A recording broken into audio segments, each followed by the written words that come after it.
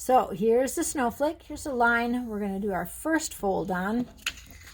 What I like to do is I like to do a little pinch right on there, and then a little further over do a pinch.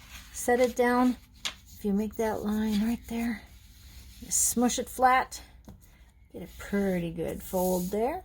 Now the next line, we're going to go against this line here. What I like to do is I like to put my thumb right there. Then when I fold it, can't go any further, and it forces it right along that line right there. And then I push it down and make that line. Now I'm going to turn it over, so it's over like this, and I'm going to be making this line go along there. So I can put my thumb there again, just to get that point nice. And it's going to go right along there. Flatten it down.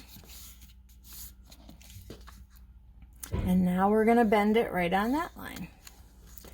So here it gets kind of hard right in there. If you kind of make a little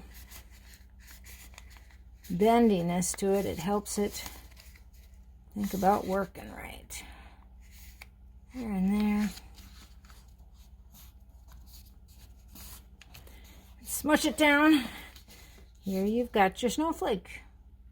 So you'll be cutting there, and then when you do these, you cut into there, and then you take your scissor out and you cut from here into there.